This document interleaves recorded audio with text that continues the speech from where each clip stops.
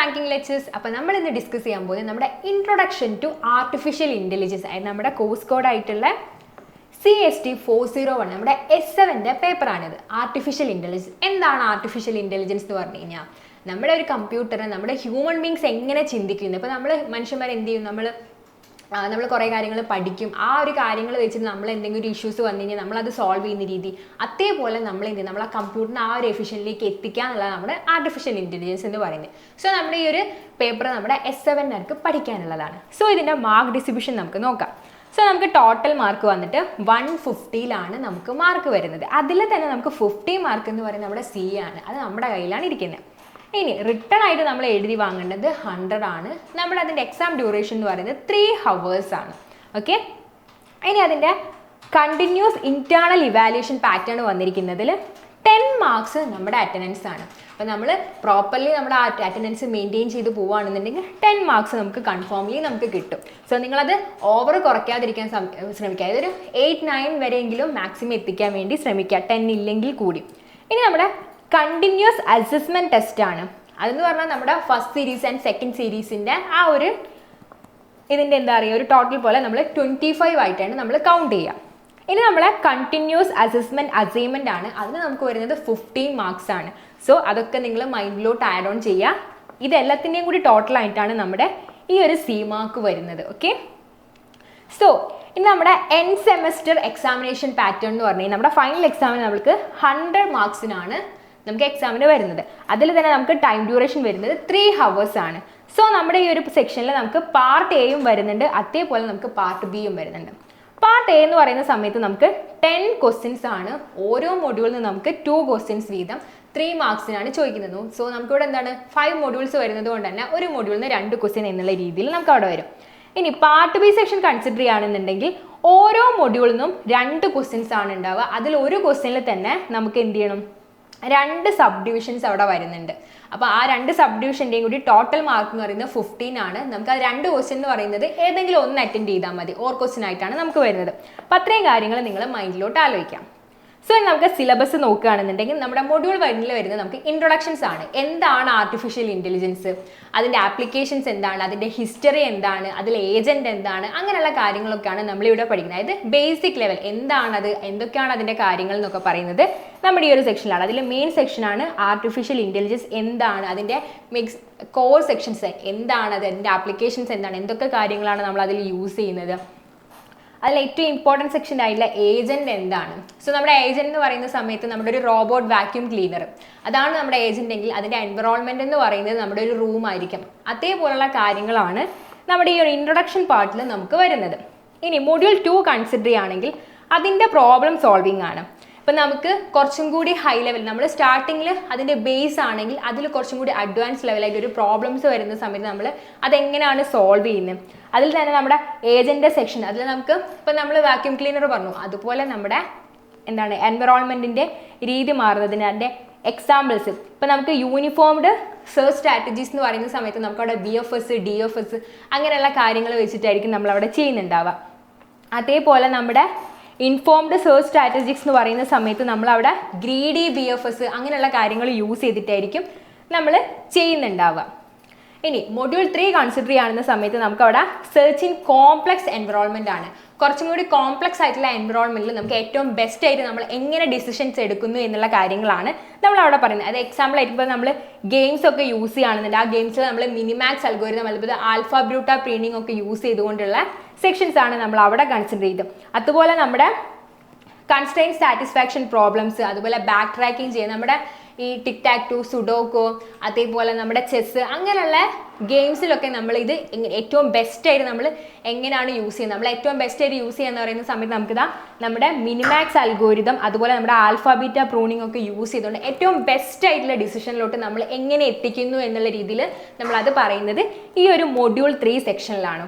ഇനി നമ്മുടെ module 4 section consider ചെയ്യുകയാണെന്നുണ്ടെങ്കിൽ knowledge representation of the reasoning. അപ്പോൾ നമ്മൾ എന്ത് ചെയ്യും, നമ്മൾ കുറച്ചും കൂടി അഡ്വാൻസ് ലെവലായിട്ട് അതിൻ്റെ എല്ലാ കാര്യങ്ങളും പഠിച്ച് അതെങ്ങനെ അതിൻ്റെ പക്ക റൂൾ, ഇപ്പം നമ്മൾ ഒരു ഇഷ്യൂസ് വരികയാണെന്നുണ്ടെങ്കിൽ അതിൻ്റെ ആ ഒരു പ്രോബ്ലം മനസ്സിലാക്കി ആ പ്രോബ്ലംസ് നമ്മൾ എങ്ങനെ സോൾവ് ചെയ്യുക എന്നുള്ളത് പക്ക അതിൻ്റെ ആ ഒരു റൂൾ ബേസ് ചെയ്തിട്ട് നമ്മൾ എങ്ങനെ അത് ഇൻ്റലിജൻ്റ് ആയിട്ട് എഫിഷ്യൻ്റ് ആയിട്ടുള്ള ഒരു സെക്ഷനിലോട്ട് അത് സോൾവ് ചെയ്തെടുക്കുന്നു എന്നുള്ളത് നമ്മൾ മൊഡ്യൂൾ 4 നമ്മൾ പഠിക്കാൻ പോകുന്നത്. ഓക്കെ, സോ ഇതിൽ തന്നെ നമ്മുടെ എന്തൊക്കെ വരുന്നുണ്ടാ, നമ്മുടെ പ്രൊപ്പോസിഷണൽ ലോജിക്ക് യൂസ് ചെയ്യുന്നുണ്ട്. അതിൽ തന്നെ നമുക്ക് ഫസ്റ്റ് ഓർഡർ, അതുപോലെ സിൻടാക്സ് ആൻഡ് സെമാൻറ്റിക്സ്, ഇൻഫറൻസ്, അതുപോലെ നമ്മുടെ forward chaining and backward chaining, ഇങ്ങനെയുള്ള എല്ലാ കാര്യങ്ങളും യൂസ് ചെയ്തുകൊണ്ട് ഏറ്റവും ബെസ്റ്റ് ആയിട്ടുള്ള ഡിസിഷനിലോട്ട് നമ്മൾ എത്തിക്കുന്നത് ഈ ഒരു സെക്ഷനിലാണ്. അപ്പം നമ്മുടെ ഓരോ മൊഡ്യൂൾ വരുന്നതിനനുസരിച്ച് എന്താണ് അതിൻ്റെ ആക്യുറസിയും അതിൻ്റെ പാത്തും അതിൻ്റെ ഉള്ളിലോട്ട് നമ്മൾ പോയിക്കൊണ്ടിരിക്കുകയാണ്. ഓക്കെ, നമ്മുടെ മൊഡ്യൂൾ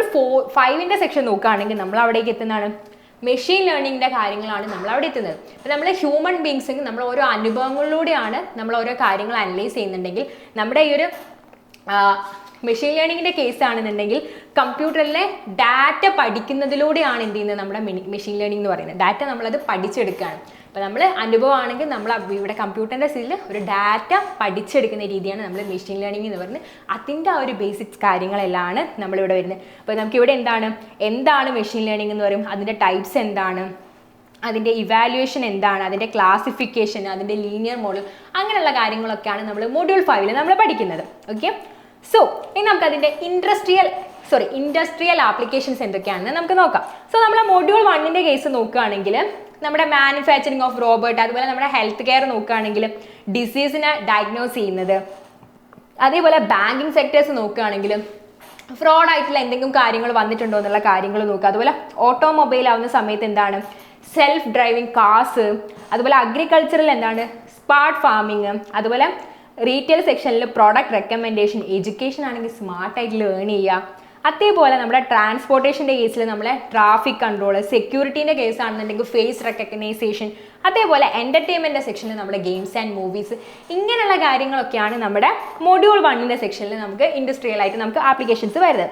നമ്മുടെ മൊഡ്യൂൾ 2 കൺസിഡർ ചെയ്യുകയാണെന്നുണ്ടെങ്കിൽ മാനുഫാക്ചറിങ്, റോബോട്ട് പാത്ത് ഫൈൻഡിങ്, നമ്മളിവിടെ റോബോട്ട്സ് എന്ന് പറഞ്ഞല്ലേ അതിൻ്റെ ആ ഒരു പാത്ത് ഫൈൻഡിങ് ആണ് നമുക്കിവിടെ വരുന്നത്. ഇനി ലോജിസ്റ്റിക്സ് ആവുന്ന സമയത്ത് എന്താണ് റൂട്ട് ഒപ്റ്റിമൈസേഷൻ. ഇനി ബാങ്കിങ്ങിൻ്റെ സെക്ഷനിൽ ഫ്രോഡ് ഡിറ്റക്ഷൻ സെർച്ച്, നമ്മൾ നേരത്തെ പറഞ്ഞാൽ എന്താണ് ഫ്രോഡ് ഡിറ്റക്ഷൻ ആണെങ്കിൽ ഇവിടെ ഫ്രോഡ് ഡിറ്റക്ഷൻ സെർച്ചിങ് ആണ്, അതെങ്ങനെ വരുന്നു എന്നുള്ളത് വരും. ഇനി ഹെൽത്ത് കെയർ ആണെങ്കിൽ ഡിസീസ് ഡയഗ്നോസിസ് സിസ്റ്റം നമ്മൾ എന്ത് ചെയ്യാണ്. ഇനി ഇ കോമേഴ്സിൻ്റെ സെക്ഷൻ ആണെങ്കിൽ പ്രൊഡക്റ്റ് റെക്കമെൻഡേഷൻ. ഈ നാവിഗേഷൻ സെക്ഷൻസ്, അതായത് നമ്മളെ GPS യൂസ് ചെയ്ത് നമ്മുടെ ഷോർട്ടസ്റ്റ് പാത്ത് നമ്മൾ കണ്ടുപിടിക്കുന്നത്, gaming, AI selection and security, അങ്ങനെയുള്ള കാര്യങ്ങളൊക്കെയാണ് നമ്മളെ മൊഡ്യൂൾ 2 വരുന്നത്.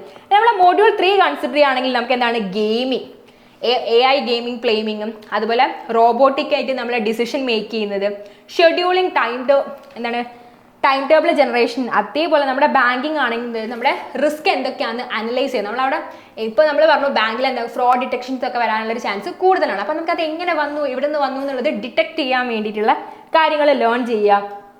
ദെൻ നെറ്റ്വർക്ക് സെക്യൂരിറ്റി, അതായത് അറ്റാക്ക് ഡിറ്റക്ഷൻ, എന്തൊക്കെ കാര്യങ്ങൾ നമുക്ക് അറ്റാക്ക് വരാം അതിനെ നമ്മൾ ഡിറ്റക്ട് ചെയ്യാം. അതായത് അങ്ങനെ ഒരു സാധനം, അതായത് ഒരു ഇഷ്യൂസ് വരാതെ നമ്മൾ അതിനെ പ്രൊട്ടക്ട് ചെയ്യാൻ വേണ്ടിയിട്ടുള്ള കാര്യങ്ങൾ ചെയ്യാം. ഇനി ട്രാൻസ്പോർട്ടേഷൻ്റെ സെക്ഷനിലാണെങ്കിൽ ട്രാഫിക് എങ്ങനെ ഷെഡ്യൂൾ ചെയ്യുന്നു, അതുപോലെ ഹെൽത്ത് കെയർ ആണെങ്കിൽ സ്റ്റാഫ് ഷെഡ്യൂളിങ്, ഇ കോമേഴ്സിലാണെങ്കിൽ നമ്മുടെ പ്രൊഡക്റ്റ് മാച്ചിങ്, അങ്ങനെയുള്ള കാര്യങ്ങളൊക്കെയാണ് നമ്മുടെ മൊഡ്യൂൾ 3 സെക്ഷൻ കൺസിഡർ ചെയ്യുന്ന സമയത്ത് നമുക്ക് വരുന്ന ഇൻഡസ്ട്രിയൽ ആപ്ലിക്കേഷൻ. നമ്മുടെ മൊഡ്യൂൾ 4 കൺസിഡർ ചെയ്യുകയാണെന്നുണ്ടെങ്കിൽ എക്സ്പേർട്ട് സിസ്റ്റം, അതായത് ഡിസിഷൻ സപ്പോർട്ട്. ഇനി ഹെൽത്ത് കെയറിൻ്റെ സെക്ഷൻ ആണെങ്കിൽ മെഡിക്കൽ ഡയഗ്നോസിസ്, അതുപോലെ ബാങ്കിങ് ആണെങ്കിൽ നമുക്ക് ഫ്രോഡ് ഡിറ്റക്ഷൻ. അങ്ങനെ ഓരോരോ സ്റ്റെപ്പിൽ നമുക്ക് എന്തൊക്കെ കാര്യങ്ങൾ വരുന്നുണ്ടോ അത് റിലേറ്റ് ആണ് നമുക്ക് ഇത് വരുന്നത്. ഇനി നമ്മുടെ മൊഡ്യൂൾ 5 കൺസിഡർ ചെയ്യുകയാണെങ്കിൽ ഹെൽത്ത് കെയറിൽ നമ്മുടെ ഡിസീസ് പ്രിഡിക്ഷൻ എങ്ങനെ വരുന്നു, അതുപോലെ ബാങ്കിങ് ആണെന്നുണ്ടെങ്കിൽ ക്രെഡിറ്റ് കാർഡ് ഫ്രോഡ് ഡിറ്റക്ഷൻ എങ്ങനെ വരുന്നു.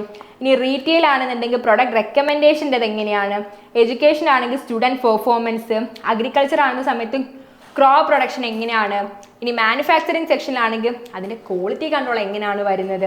ഇനി ട്രാൻസ്പോർട്ടേഷൻ നോക്കുകയാണെങ്കിൽ അതിൻ്റെ ട്രാഫിക് പ്രൊഡക്ഷൻ, സെക്യൂരിറ്റിൻ്റെ കേസ് നോക്കുകയാണെങ്കിൽ സ്പാം ആണോ ആൻഡ് ട്രീറ്റ് ഡിറ്റക്ഷൻ ആണോ എന്നുള്ളത്. അങ്ങനെ ഓരോ സെക്ഷനിലും ഇതെന്തൊക്കെയാണെന്നുള്ളത് ഓരോരോ സ്റ്റെപ്പ് നമ്മൾ അനലൈസ് ചെയ്യുന്ന സെക്ഷനാണ് നമ്മുടെ ആർട്ടിഫിഷ്യൽ ഇൻ്റലിജൻസിന്.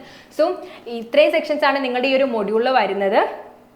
സോ നിങ്ങൾ എന്ത് ചെയ്യുക, നമ്മുടെ ആർട്ടിഫിഷ്യൽ ഇൻ്റലിജൻസ് എന്ന് പറയുന്ന സമയത്ത് നമ്മളൊരു കമ്പ്യൂട്ടറിനെ എന്ത് ചെയ്യാണ്, നമ്മളൊരു മനുഷ്യൻ ചിന്തിക്കുന്ന പോലെ ആക്കി എടുക്കുക എന്നുള്ളതാണ് അതിൻ്റെ ആ ഒരു സ്റ്റഡി മെറ്റീരിയൽ എന്ന് പറയുമ്പോൾ. അതെങ്ങനെയാണ് നമ്മൾ മനസ്സിലാക്കുന്നത്, അതിൻ്റെ ആപ്ലിക്കേഷൻസ്, അത് നമ്മൾ റിയൽ ലൈഫിൽ എങ്ങനെ യൂസ് ചെയ്യുന്നു, അതിൻ്റെ ഒരു പ്രോബ്ലം സോൾവിങ് എങ്ങനെയാണ്, അതിൻ്റെ ഡിസിഷൻ മേക്കിംഗ് എങ്ങനെയാണ്, അത് പ്രോബ്ലമാറ്റിക്കലി എങ്ങനെ വരുന്നത്, അങ്ങനെയുള്ള കാര്യങ്ങളൊക്കെയാണ് നമ്മൾ ഈ ഒരു സബ്ജക്റ്റിൽ നമ്മൾ പഠിക്കുന്നത്. സോ ഇത്രയുള്ള എൻ്റെ ആ ഒരു സബ്ജക്റ്റ് ഇൻട്രൊഡക്ഷൻ എന്ന് പറയുന്നത്. അപ്പോൾ താങ്ക് യു.